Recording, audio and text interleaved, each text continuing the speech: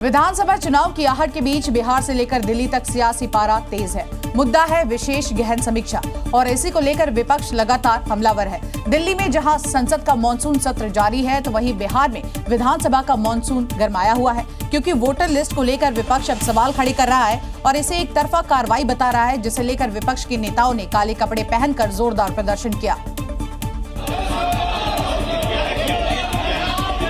जब बिहार में voter list का मुद्दा उठा है तो ये बात दूर तलक पहुंच गई। आप सोच रहे होंगे कि दूर तलक, तो उसकी वजह जानने के लिए ये तस्वीर देखिए। पटना में विधानसभा के बाहर काले कपड़े पहनकर प्रदर्शन, तो संसद में बाहर भी कुछ ऐसा ही हाल। तस्वीरें अलग अलग हैं, लेकिन कहानी एक जैसी। SIR का मुद्दा, जिसे लेकर इंडिया गठबंधन एकजुट है और वो इसे रोकने की मांग कर रहा है। बात जहां से शुरू हुई उसी जगह से शुरुआत करेंगे, यानी बिहार से। देखिए, हाथ में तख्तियां और जुबान पर एक ही नारा।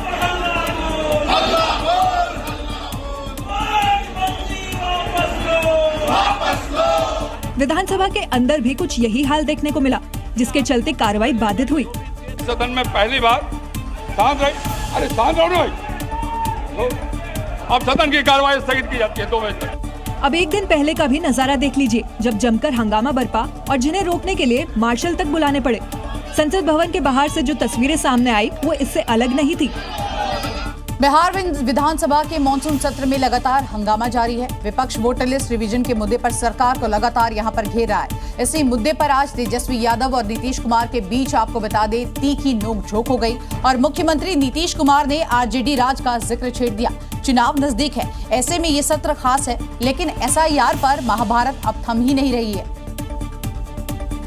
और विधानसभा में ये हंगामा और शोर शराबा थमने का नाम नहीं ले रहा। वोटर लिस्ट के मुद्दे पर तेजस्वी यादव लगातार सरकार को घेर रहे हैं। SIR का विरोध नहीं करते, लेकिन जो प्रक्रिया, जो पारदर्शिता होनी चाहिए, ईमानदारी से निष्पक्ष होकर के चुनाव आयोग को काम करना चाहिए था, वो ये काम नहीं कर रही। नीतीश कुमार भी तेजस्वी यादव के सवाल का जवाब देते हुए लालू राज की याद दिला दी। इसके बाद तो चुनाव होने वाला है, तो चुनाव होगा तो पूरे देश के लोग सोचेंगे कि क्या करना है और हम लोगों ने कितना काम शुरू से किया है।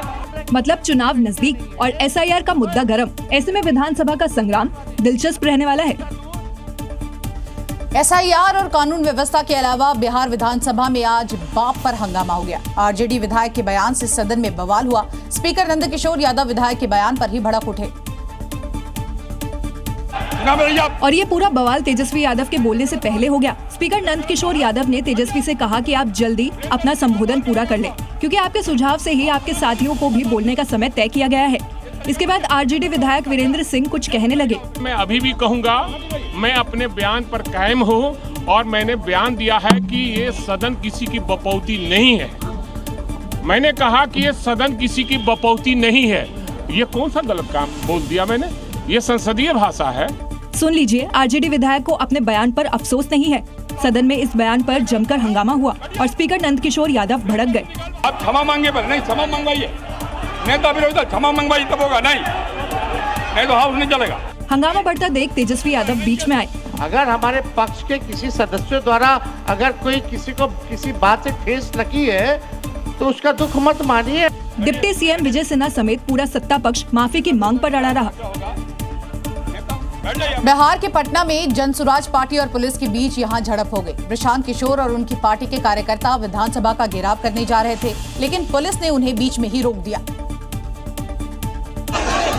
और जैसे ही जनसुराज के कार्यकर्ताओं को रोकने की कोशिश की, पुलिस और कार्यकर्ताओं के बीच धक्का मुक्की हो गई। दरअसल पुलिस ने कार्यकर्ताओं को रोकने के लिए बैरिकेडिंग लगाई थी, लेकिन कार्यकर्ता बैरिकेडिंग के ऊपर चढ़ गए और फिर पुलिस ने जनसुराज पार्टी के कार्यकर्ताओं पर लाठीचार्ज कर दिया, जिसकी तस्वीरें भी सामने आई है।